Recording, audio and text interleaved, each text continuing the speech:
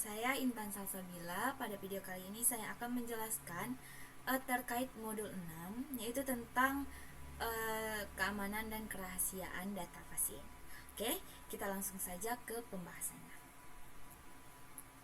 Oke, di sini data keamanan pasien ini mempunyai 3 prinsip utama yang menjadi dasar dalam menjaga dan melindungi informasi di berbagai sistem dan organisasi. Yang pertama yaitu kerahasiaan. Kerahasiaan ini confidentiality, yaitu berkaitan dengan menjaga agar informasi hanya dapat diakses oleh pihak yang berwenang atau yang memiliki izin. Tujuannya yaitu untuk melindungi informasi dari akses yang tidak sah. Kedua yaitu keutuhan. Integrity, yaitu informasi memastikan bahwa data yang diterima atau disimpan tidak diubah atau dimanipulasi tanpa izin. Oke, hal ini meliputi pencegahan terhadap perubahan yang tidak sah pada data selama pengiriman atau penyimpanan.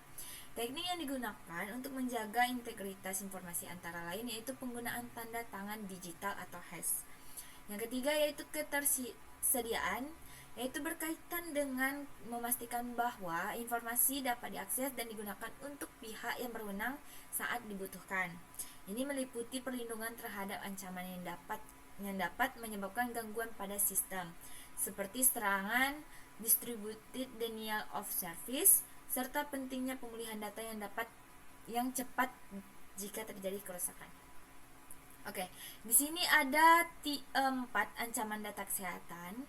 Yang pertama yaitu data rekam medis dan sejenisnya saat ini telah menjadi sebuah tambang emas yang sangat bernilai ekonomis yang bisa diperjualbelikan.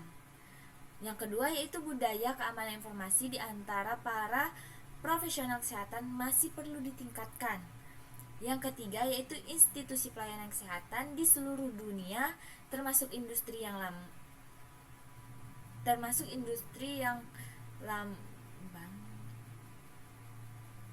di dunia di dalam menerapkan sistem keamanan informasi. Yang keempat yaitu terbatasnya regulasi keamanan informasi di sektor kesehatan.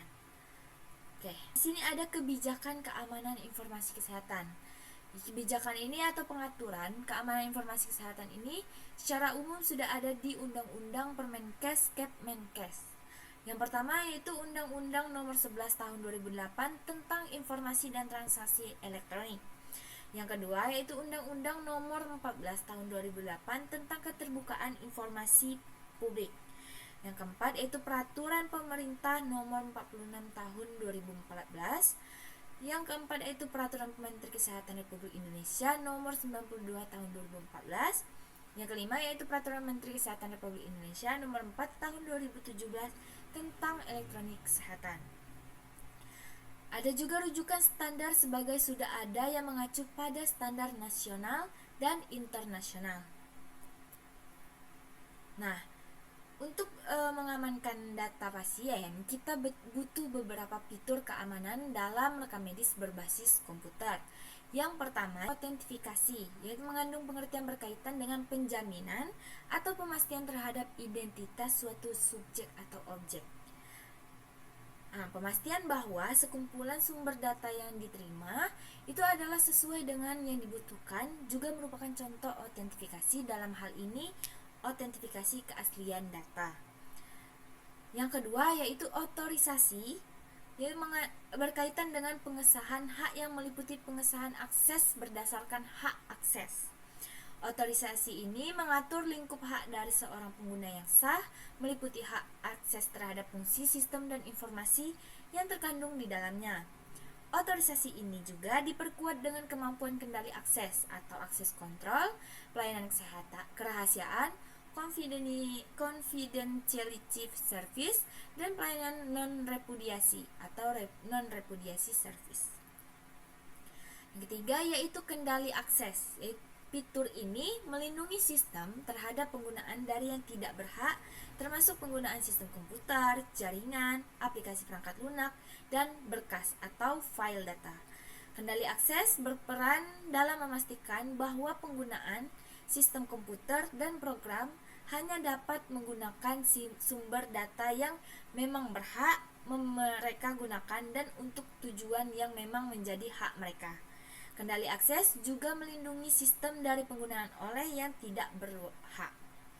Pelepasan informasi, modifikasi, dan perusakan atau penghancuran sumber data. Yang keempat yaitu pelayanan kerahasiaan. Fitur ini menjaga sistem dari kemungkinan pelepasan informasi kepada pihak yang tidak berhak untuk mendapatkan informasi tersebut. Bila dikendali, akses melindungi file data yang dalam media penyimpanan dari kemungkinan dibaca oleh pengguna yang tidak berhak. Maka, pelayanan kerahasiaan menjaga kemungkinan dibacanya file data tersebut di luar penyimpanan data. Misalnya, setelah digunakan atau dikopi secara tidak sah. Bentuk paling umum dari fitur ini adalah dengan menggunakan penyediaan data. Bentuk paling umum dari fitur ini adalah dengan menggunakan penyediaan data. Yang kelima yaitu pelayanan non-repudiasi. Fitur ini menjamin terpenuhnya tuntunan penggunaan yang dinyatakan maupun yang ditampilkan, baik berasal dari NRS maupun yang bukan.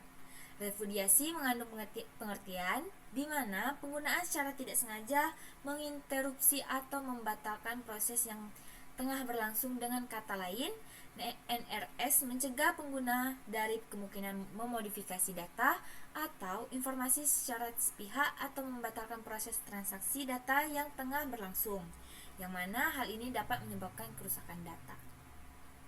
Yang terakhir yaitu integritas, mengandung pengertian bahwa informasi yang tersedia hanya diubah atau diolah untuk kebutuhan tertentu dan oleh pengguna tertentu yang berpihak. Pengertian ini dapat diterapkan pada data atau data integrity, program atau program integrity, sistem integrity, dan jaringan komputer, network integrity. Nah, dari penjelasan tadi, kita dapat mengambil contoh kasus dari jurnal, yaitu tentang kebocoran data di rumah sakit akibat serangan ransomware. Oke, jadi kita mengetahui dulu apa itu ransomware. Itu adalah jenis malware atau perangkat lunak yang sangat berbahaya, yang menginskripsi file atau sistem komputer sehingga tidak dapat diakses oleh pemiliknya. Para pelaku serangan ini kemudian meminta tembusan atau ransom dalam bentuk uang kripto untuk mengembalikan akses ke data yang telah dienskripsi. Nah, dari contoh kasus tadi, itu terdapat juga masalah yang akibat kebocoran data ransomware. Yang pertama itu kerugian finansial, itu biaya pemulihan dan biaya tebusan atau kerugian bisnis. Yang kedua yaitu kerusakannya reputasi atau kehilangan kepercayaan pelanggan. Kebocoran data sensitif dapat menyebabkan pelanggan kehilangan kepercayaan terhadap perusahaan atau lembaga yang terkena dampak. Yang kedua yaitu dampak negatif terhadap merek. Serangan ransomware ini dapat merusak citra perusahaan dan menyebabkan penurunan nilai merek. Seperti dapat memperburuk nama rumah sakit, nama sebuah rumah sakit misalnya. Yang ketiga yaitu dampak hukum, yaitu tuntutan hukum. Korban serangan ransom dapat mengajukan tuntutan hukum terhadap perusahaan. Yang ketiga yaitu dampak hukum. Tuntutan hukum, korban serangan ransomware dapat mengajukan tuntutan hukum terhadap perusahaan atau lembaga yang bertanggung jawab atas kebocoran data tersebut. Jika data pasien tersebut bocor, maka sebuah rumah sakit tersebut akan mendapatkan tuntutan hukum. Yang kedua yaitu denda. Perusahaan dapat dikenai denda oleh regulator jika terbukti lalai dalam menjaga keamanan data. Yang keempat yaitu gangguan operasional, yaitu henti waktu. Sistem komputer dan jaringan yang terinfeksi ransomware dapat mengalami gangguan atau bahkan berhenti beroperasi, mengganggu aktivitas bisnis. Terakhir yaitu kehilangan produktivitas. Karyawan harus menghabiskan waktu untuk memulihkan data dan sistem. Nah, dari masalah-masalah tersebut dapat kita Nah, dari masa-masa tersebut dapat kita cegah yaitu dengan mengimplementasikan sistem keamanan yang kuat, dengan pelatihan keamanan bagi karyawan, dan backup data secara teratur, dengan merencana responsi insiden, dan asuransi siber, yaitu membeli asuransi siber untuk melindungi bisnis dari kerugian finansial akibat serangan siber.